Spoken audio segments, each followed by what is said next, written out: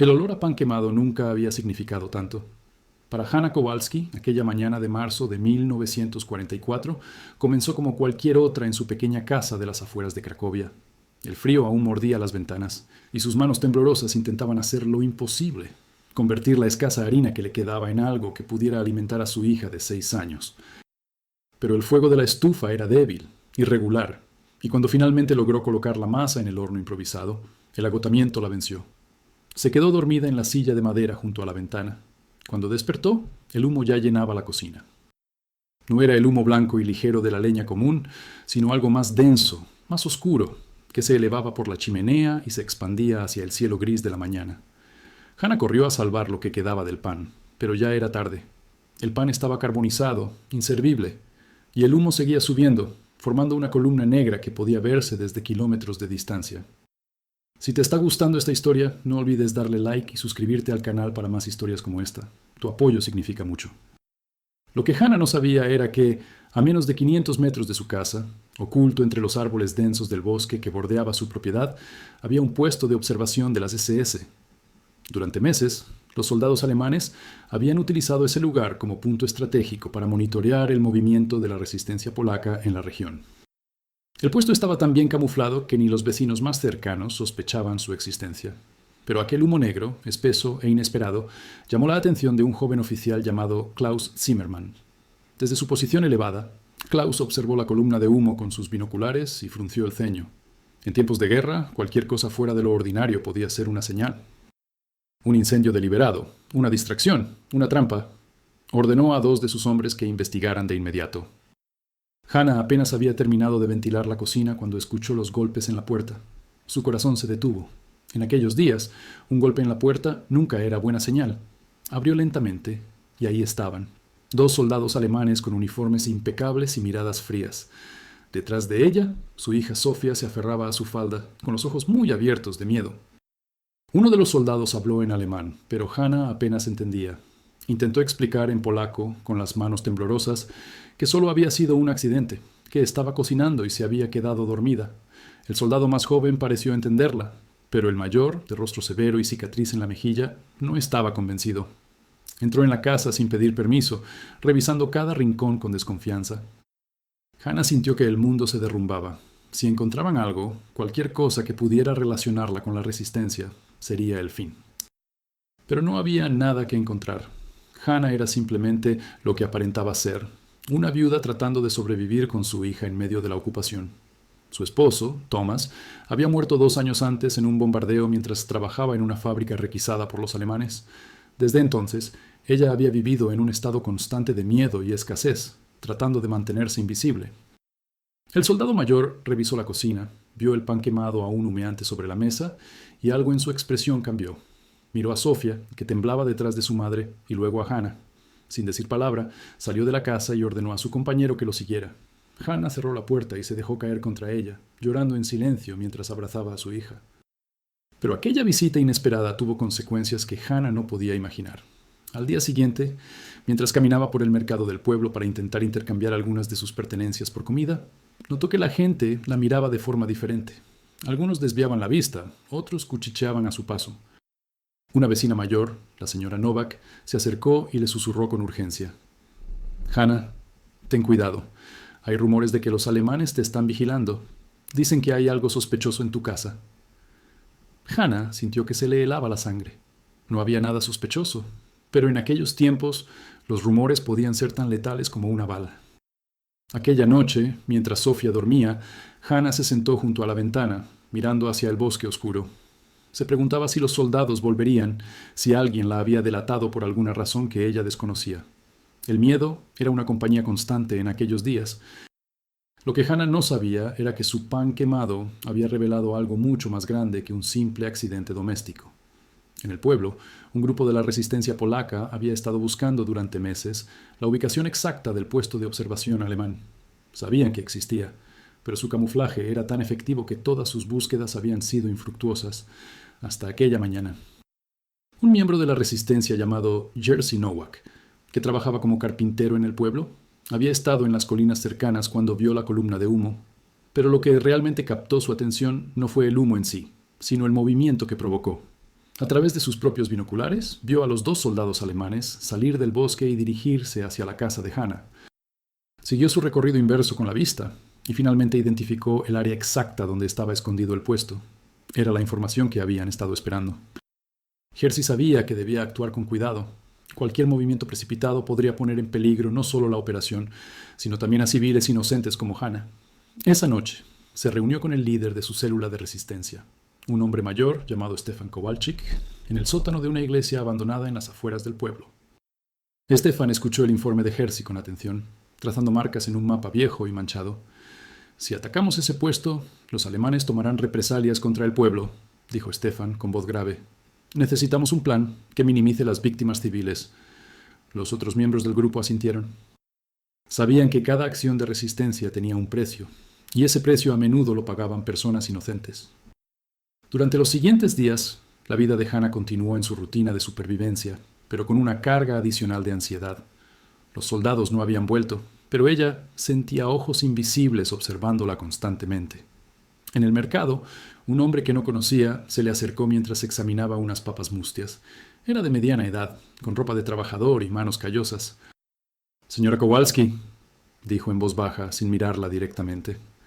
«Necesito que sepa que lo que sucedió con el humo no fue su culpa, pero ha puesto atención sobre usted. Sea muy cuidadosa en los próximos días. No salga de su casa después del anochecer». Antes de que Hannah pudiera responder, el hombre se alejó entre la multitud. Ella sintió un escalofrío. ¿Quién era ese hombre?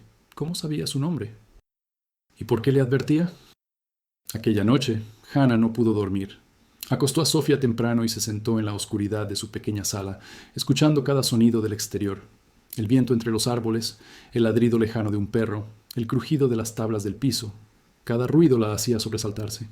Cerca de la medianoche, escuchó algo diferente. Voces, muy bajas pero inconfundibles. Se acercó a la ventana y a través de la cortina raída vio sombras moviéndose en el bosque. Su primera reacción fue de pánico, pensando que eran los alemanes, pero entonces notó que las sombras se movían con un propósito diferente, más cautelosas, más furtivas.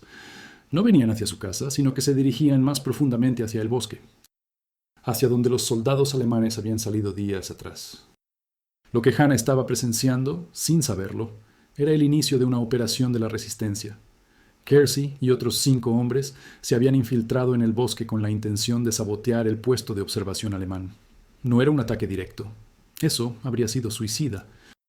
En su lugar, planeaban cortar las líneas de comunicación del puesto y plantar evidencia falsa que sugiriera que la resistencia estaba operando en una dirección completamente opuesta. Era una táctica de distracción, diseñada para hacer que los alemanes reubicaran sus recursos y dejaran vulnerable el verdadero objetivo, un convoy de suministros que pasaría por la región en una semana. Stefan había insistido en que no debía haber derramamiento de sangre si era posible evitarlo. Cada muerte alemana significaba 10 vidas polacas en represalia. Pero las cosas nunca salen según lo planeado en tiempos de guerra. Mientras Kersey y su equipo trabajaban en silencio, cortando cables y dejando documentos falsificados, uno de los guardias alemanes del puesto despertó.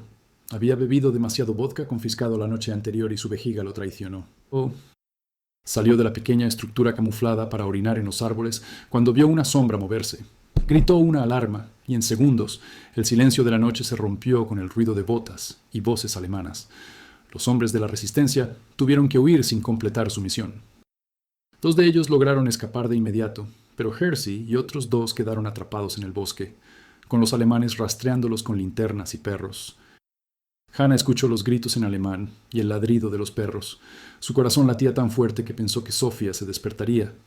Se alejó de la ventana y se acurrucó en un rincón oscuro de la sala, rogando porque aquella pesadilla no tocara su puerta nuevamente. Afuera, Kersey corría entre los árboles, su aliento formando nubes de vapor en el aire frío de la noche. Conocía aquel bosque mejor que los alemanes. Había cazado allí desde niño, pero con perros siguiéndolo, su ventaja era mínima. Necesitaba encontrar agua para romper el rastro. Recordó un pequeño arroyo que corría cerca de la propiedad de los Kowalski. Era arriesgado acercarse a una casa civil, pero no tenía opción. Hannah escuchó el golpe suave en la puerta trasera de su casa. No era el golpe autoritario de los soldados alemanes, sino algo más discreto, casi desesperado. Su mente le gritaba que no abriera, que ignorara cualquier cosa que sucediera afuera. Pero algo en ella, quizás la memoria de su propio esposo que había muerto luchando a su manera contra la ocupación, la hizo moverse. Abrió la puerta apenas unos centímetros y vio a un hombre joven, sucio, con la ropa desgarrada y el rostro lleno de arañazos. Sus ojos le suplicaban en silencio. Hannah sabía que si lo dejaba entrar, si los alemanes lo encontraban en su casa, sería ejecutada junto con Sofía. Pero también sabía que si lo dejaba afuera, los perros lo encontrarían en minutos. Abrió la puerta y Hersey entró. Hannah lo condujo rápidamente al pequeño sótano de su casa, un espacio apenas lo suficientemente grande para almacenar algunas papas y conservas. «No haga ruido», susurró ella. «Si lo encuentran aquí, moriremos todos». Hersey asintió, su respiración agitada llenando el espacio estrecho. Hannah cerró la trampilla del sótano y colocó una alfombra vieja sobre ella. Luego arrastró la mesa de la cocina encima. Su mente trabajaba a 1000 por hora. Los perros habían seguido el rastro de Hersey hasta su casa. Los alemanes llegarían en cualquier momento. Necesitaba un plan. Rápidamente encendió la estufa nuevamente y colocó una olla con agua.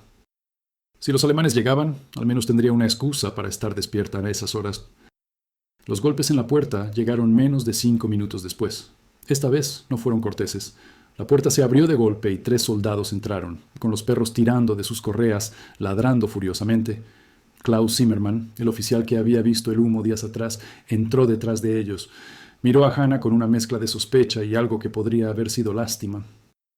«¿Por qué está despierta a esta hora?», preguntó en un alemán que Hannah apenas comprendía. Ella señaló la estufa, la olla con agua, e intentó explicar con gestos que su hija estaba enferma, que necesitaba preparar algo caliente. Sofía, que efectivamente había despertado con el ruido, apareció en el umbral de su habitación tosiendo. No era actuación. La niña había estado resfriada durante días. Los perros continuaban ladrando, rascando el suelo cerca de donde estaba oculta la trampilla del sótano. Klaus ordenó a los soldados que revisaran la casa. Hannah sintió que sus piernas no la sostendrían. Uno de los soldados comenzó a mover los muebles, acercándose peligrosamente a la mesa que cubría la entrada al sótano. Pero entonces Sofía comenzó a llorar, un llanto agudo y genuino de una niña asustada.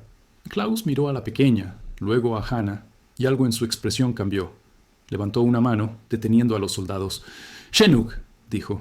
«Suficiente». Ordenó a los hombres que salieran y continuaran la búsqueda en el bosque. Los perros fueron arrastrados afuera, sus ladridos desvaneciéndose en la distancia.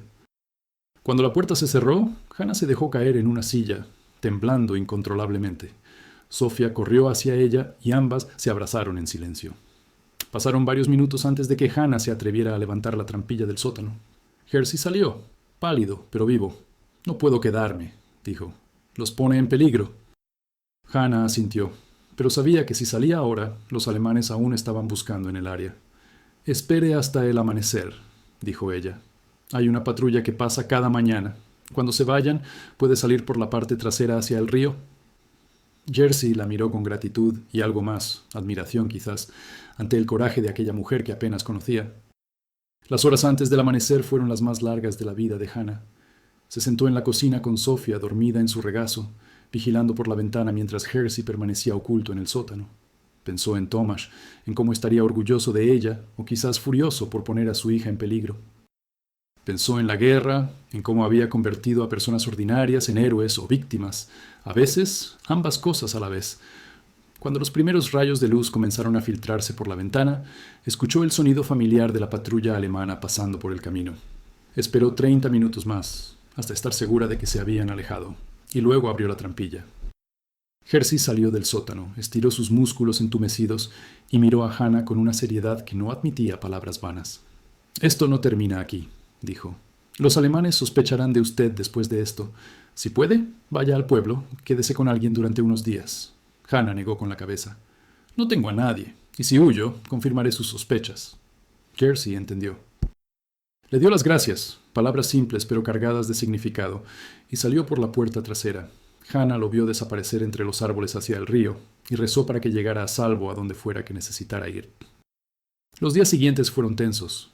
Hannah mantuvo su rutina lo más normal posible, yendo al mercado, cuidando de Sofía, tratando de no llamar la atención. Pero notaba las miradas, los susurros. Algunos vecinos habían visto la actividad de aquella noche. Y en un pueblo pequeño los secretos no duraban mucho. La señora Novak se acercó a ella nuevamente. «Hannah, hay rumores de que estás ayudando a la resistencia. Ten mucho cuidado. Los alemanes están furiosos porque perdieron el rastro de un saboteador». Hannah no confirmó ni negó nada.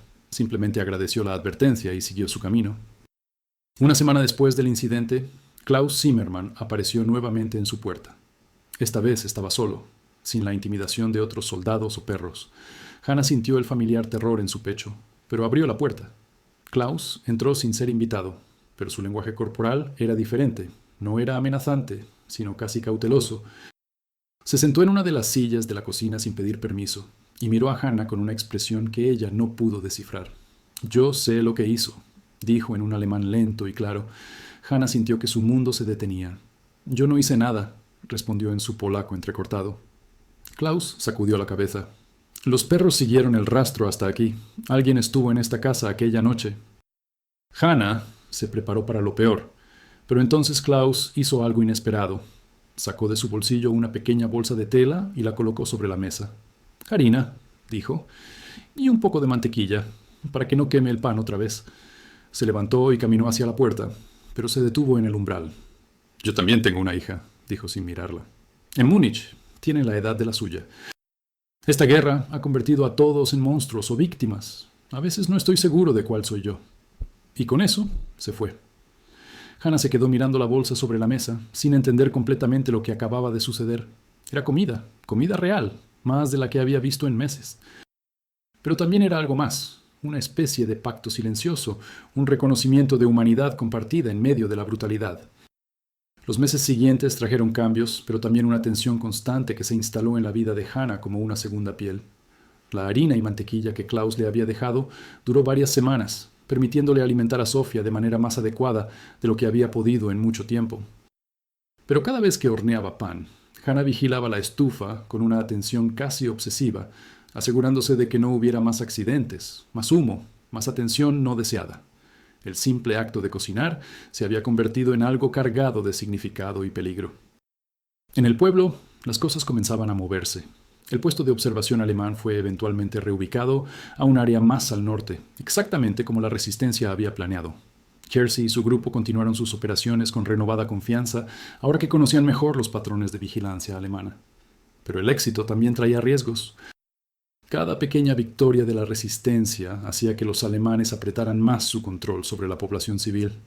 Los toques de queda se volvieron más estrictos, las inspecciones más frecuentes, las sospechas más generalizadas. Una tarde de abril, mientras Hannah regresaba del mercado con Sofía de la mano, se topó con un espectáculo que le heló el corazón. En la plaza principal del pueblo, 3 hombres colgaban de una improvisada horca. Sus cuerpos se balanceaban suavemente con el viento de primavera. Un cartel en alemán y polaco explicaba su crimen: colaboración con la resistencia. Hannah reconoció a uno de ellos. Era el panadero del pueblo, un hombre mayor que siempre le había dado a Sofía pequeños trozos de pan cuando nadie miraba. Ahora estaba muerto, sus ojos abiertos mirando fijamente a la nada. Hannah cubrió los ojos de Sofía y aceleró el paso, pero la imagen quedó grabada en su mente. Esa noche no pudo dormir, preguntándose si el panadero realmente había ayudado a la resistencia o si simplemente había sido acusado por alguien que quería vengarse de él por alguna razón personal. El terror de las represalias alemanas se intensificó cuando, 2 semanas después, llegó la noticia de que un convoy de suministros había sido emboscado en la carretera que conectaba Cracovia con las ciudades del norte. La emboscada había sido un éxito militar para la resistencia. Varios camiones destruidos, provisiones capturadas, algunos soldados alemanes muertos o heridos. Pero al día siguiente, los alemanes respondieron con una brutalidad que superó los peores temores. 100 civiles fueron arrestados al azar en el pueblo y sus alrededores. 10 de ellos fueron ejecutados públicamente como represalia por cada soldado alemán muerto en la emboscada. Hannah estaba entre aquellos arrestados. Fue una mañana gris de mayo cuando los soldados llegaron a su casa sin previo aviso. Esta vez no era Klaus quien lideraba el grupo, sino un oficial más joven y más cruel, con ojos fríos que no mostraban rastro de humanidad. Ordenó a Hannah que saliera inmediatamente, sin darle tiempo siquiera de tomar un abrigo. Sofía se aferró a su madre, llorando y gritando, pero uno de los soldados la apartó bruscamente. La señora Novak, que vivía cerca, salió corriendo de su casa y tomó a Sofía en sus brazos, prometiendo cuidarla mientras arrastraban a Hannah hacia un camión lleno de otros civiles aterrorizados. El camión los llevó a un campo de detención temporal, establecido en las afueras del pueblo. Era poco más que un espacio abierto rodeado de alambradas, sin refugio contra el sol o la lluvia. Allí, 100 personas esperaban su destino. Algunos lloraban, otros rezaban, algunos simplemente se sentaban en silencio con miradas vacías. Hannah reconoció a muchos de ellos: el tendero, la maestra de la escuela, el herrero, familias enteras. Entre ellos estaba también Hersey, el carpintero que ella había escondido aquella noche. Sus ojos se encontraron brevemente, y en esa mirada había disculpa, culpa y una resignación terrible. Durante 3 días los mantuvieron en aquel campo sin explicación alguna. La comida era escasa, solo un trozo de pan duro una vez al día y agua turbia. Por las noches el frío era penetrante y las personas se agrupaban para compartir calor. Hannah se encontró junto a una familia joven, un hombre llamado Marek, su esposa Ewa y sus 2 hijos pequeños. Ewa estaba embarazada, su vientre prominente bajo la ropa delgada. «No tenemos nada que ver con la resistencia», le susurró Ewa a Hannah una noche. «Marek es zapatero, solo arregla zapatos. Pero alguien debe haber mencionado nuestro nombre, o quizás simplemente tuvimos mala suerte». Hannah la abrazó, sin palabras que ofrecer, porque sabía que la inocencia ya no significaba nada. El cuarto día llegó la selección. Los oficiales alemanes entraron al campo con listas en mano. Comenzaron a llamar nombres al azar. 10 nombres. Cada persona llamada era llevada a un lado, separada del resto. Cuando terminaron, los 10 seleccionados fueron conducidos detrás de un edificio cercano. Minutos después, el sonido de disparos rompió el aire. Fue rápido, eficiente, brutal. Los demás prisioneros se quedaron en silencio, algunos llorando silenciosamente, otros simplemente mirando fijamente al suelo. El mensaje era claro. Este era el precio de la resistencia. Este era el costo de la desobediencia. Pero entonces sucedió algo que Hannah no esperaba. Klaus Zimmermann apareció en el campo. No estaba a cargo de las ejecuciones, pero había venido a inspeccionar el proceso. Cuando vio a Hannah entre los prisioneros, su expresión cambió. No dijo nada, no se acercó a ella, pero Hannah vio algo en sus ojos que reconoció: conflicto. Klaus habló brevemente con el oficial a cargo, mostrando algunos documentos. Hubo una discusión, voces elevadas, pero finalmente el otro oficial asintió con evidente disgusto. Klaus volvió a mirar en dirección a Hannah una última vez antes de irse. 1 hora después, 50 prisioneros fueron liberados, Hannah entre ellos. No hubo explicación, solo órdenes bruscas de marcharse. Los otros 50 fueron mantenidos por razones que nadie explicó. Entre ellos estaban Marek y Ewa con sus hijos, y también Hersey. Mientras Hannah era empujada hacia la salida del campo, sus ojos se encontraron una última vez con Hersey. Él asintió levemente, un gesto que parecía decir: «Está bien, usted merece vivir». Pero Hannah no sintió alivio, solo una culpa aplastante que la acompañaría durante el resto de su vida. Corrió de regreso a su casa, donde encontró a Sofia todavía con la señora Novak. La anciana había cuidado de la niña como si fuera su propia nieta, alimentándola con lo poco que tenía. Cuando Sofia vio a su madre, corrió hacia ella y ambas se abrazaron durante lo que pareció una eternidad. Hannah le agradeció a la señora Novak con lágrimas en los ojos, pero no podía quitarse de la mente las caras de aquellos que habían quedado atrás. Esa noche supo, por rumores que circulaban en voz baja por el pueblo, que los 50 prisioneros restantes habían sido enviados a campos de trabajo en el este. Pocos regresarían. Los días se convirtieron en semanas y las semanas en meses. El verano de 1944 llegó con un calor sofocante y noticias distantes de que las fuerzas soviéticas estaban avanzando desde el este.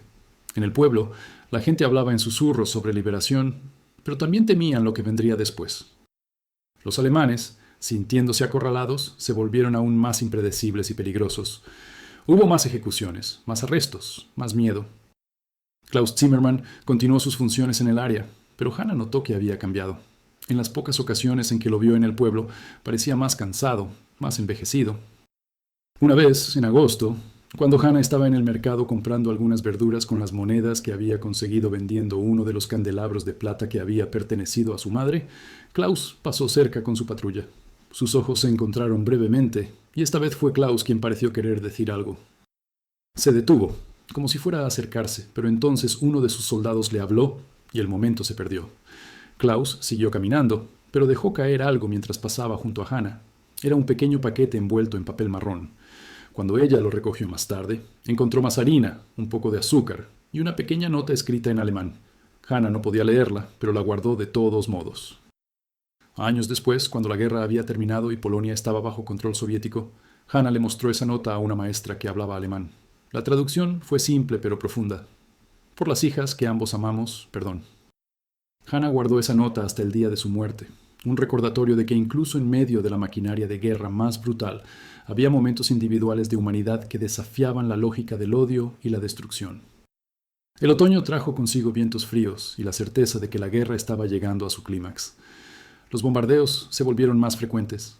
A veces por la noche, Hannah podía ver el resplandor de explosiones distantes en el horizonte, y durante el día, columnas de refugiados pasaban por el camino cerca de su casa, huyendo de los combates que se acercaban. Los alemanes comenzaron a retirarse, destruyendo infraestructura mientras se iban, dejando atrás solo tierra quemada y poblaciones traumatizadas. Klaus Zimmermann continuó sus funciones en el área durante varios meses más, pero la derrota alemana era inevitable. A finales de diciembre de 1944, mientras la nieve cubría el paisaje con un manto blanco que ocultaba temporalmente las cicatrices de la guerra, Klaus fue convocado de regreso a Alemania. Su unidad estaba siendo reorganizada para defender el territorio alemán mismo contra el avance soviético. La última vez que Hannah lo vio fue un día nevado de enero. Él estaba supervisando la retirada de equipos del puesto que alguna vez había estado oculto en el bosque. Sus ojos se encontraron a través de la distancia nevada. Klaus levantó una mano en un gesto que podría haber sido un saludo o una despedida. Hannah, de pie en la entrada de su casa, con Sofía a su lado, hizo lo mismo. No había palabras que pudieran expresar la extraña conexión que habían desarrollado.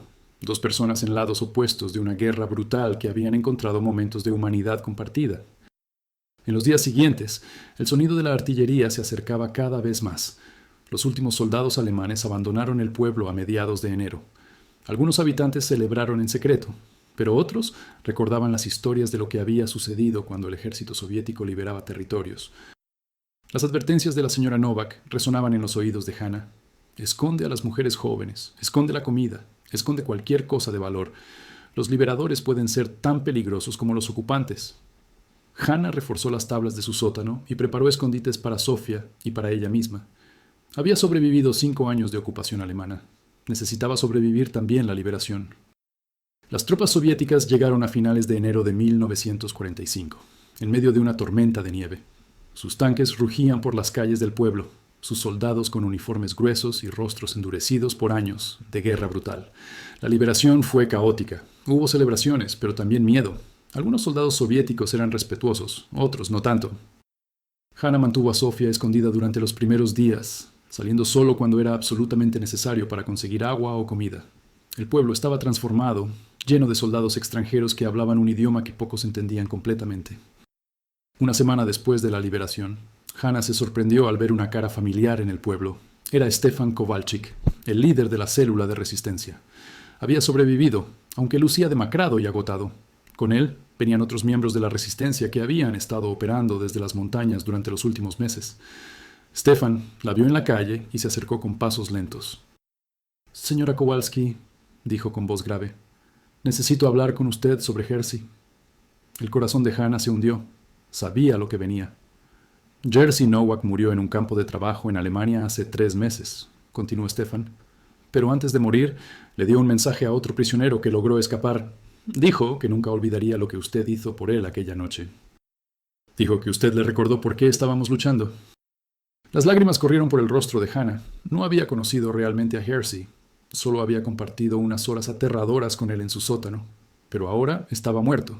Y ella estaba viva. Y la injusticia de todo aquello era abrumadora. Stefan le entregó un pequeño objeto envuelto en tela. «Esto es para su hija», dijo. «Jerzy lo talló en el campo antes de morir. Quería que Sofía supiera que hubo hombres que lucharon para que ella pudiera tener un futuro mejor». Hannah desenvolvió el paquete y encontró una pequeña muñeca de madera, tallada con manos expertas. Era simple pero hermosa, con detalles delicados que hablaban de horas de trabajo paciente. Cuando Hannah se la mostró a Sofía, la niña la abrazó contra su pecho y preguntó quién se la había hecho. «Un amigo», respondió Hannah simplemente. «Un amigo muy valiente». Los meses que siguieron a la liberación fueron casi tan difíciles como la ocupación misma. El nuevo régimen soviético instaló un gobierno comunista en Polonia. Y aunque ya no había nazis, había una nueva forma de control y vigilancia. La gente aprendió rápidamente que ciertas cosas no se podían decir, ciertas preguntas no se podían hacer.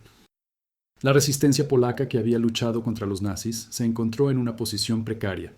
Algunos miembros fueron incorporados al nuevo gobierno, otros fueron perseguidos como contrarrevolucionarios.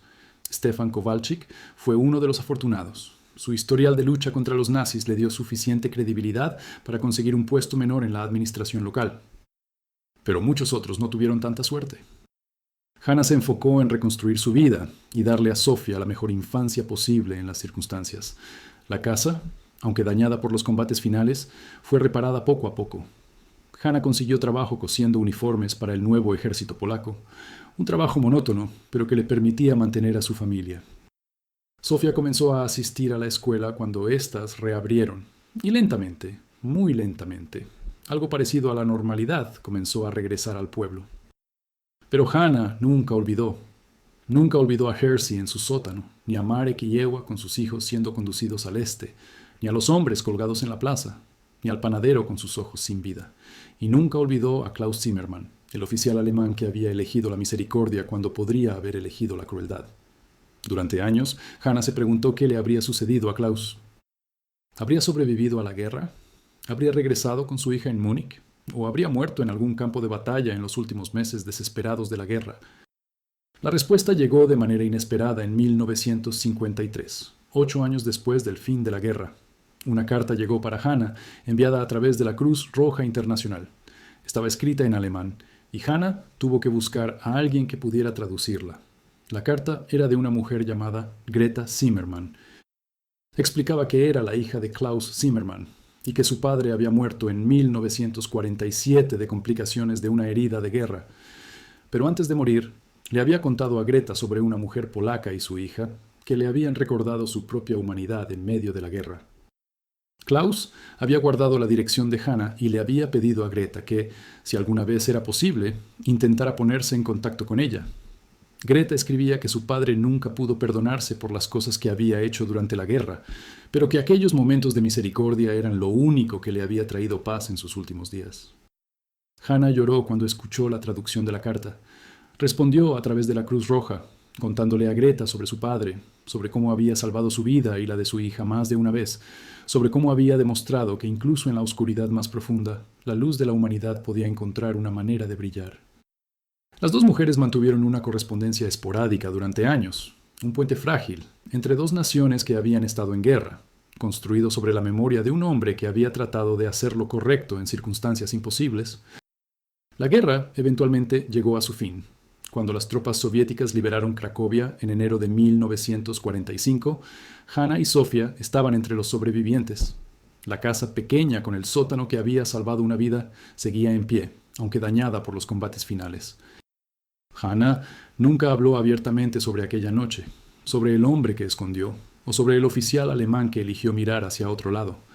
En los años posteriores, mientras Polonia se reconstruía bajo el nuevo régimen soviético, esos pequeños actos de humanidad en medio de la barbarie parecían casi insignificantes comparados con las grandes batallas y movimientos de ejércitos. Pero para Hersey, que sobrevivió a la guerra y se convirtió en maestro, aquella noche representaba algo fundamental, que incluso en los momentos más oscuros había personas dispuestas a arriesgar todo por un desconocido.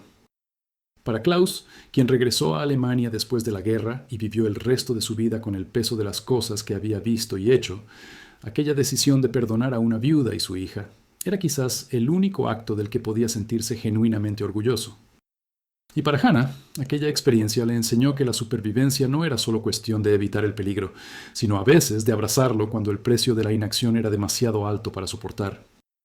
Años después, cuando Sofía era ya una mujer adulta con sus propios hijos, le preguntó a su madre sobre aquellos años de la guerra. Hannah, ahora anciana y con la memoria desvanecida, le contó la historia del pan quemado y el humo que había revelado tantas cosas. Le habló del hombre en el sótano y del soldado alemán que eligió la misericordia. ¿Por qué lo hiciste, mamá?, preguntó Sofía. ¿Por qué arriesgaste nuestras vidas por un extraño? Hannah miró por la ventana de su modesto apartamento, hacia el mismo bosque que una vez había ocultado secretos mortales, y sonrió con tristeza. Porque tu padre habría hecho lo mismo, dijo simplemente. Y porque en tiempos en que todos se convertían en monstruos, alguien tenía que recordar cómo ser humano. La historia del pan quemado de Hannah Kowalski nunca apareció en los libros de historia. No hubo medallas ni reconocimientos oficiales, pero en un pequeño pueblo de las afueras de Cracovia, algunos ancianos aún recuerdan aquella mañana de marzo, cuando una columna de humo negro reveló más de lo que cualquiera podría haber imaginado. Recuerdan cómo los caminos del destino se entrecruzaron de maneras inesperadas, como un simple accidente doméstico, pudo cambiar el curso de pequeñas vidas en medio de una guerra gigantesca.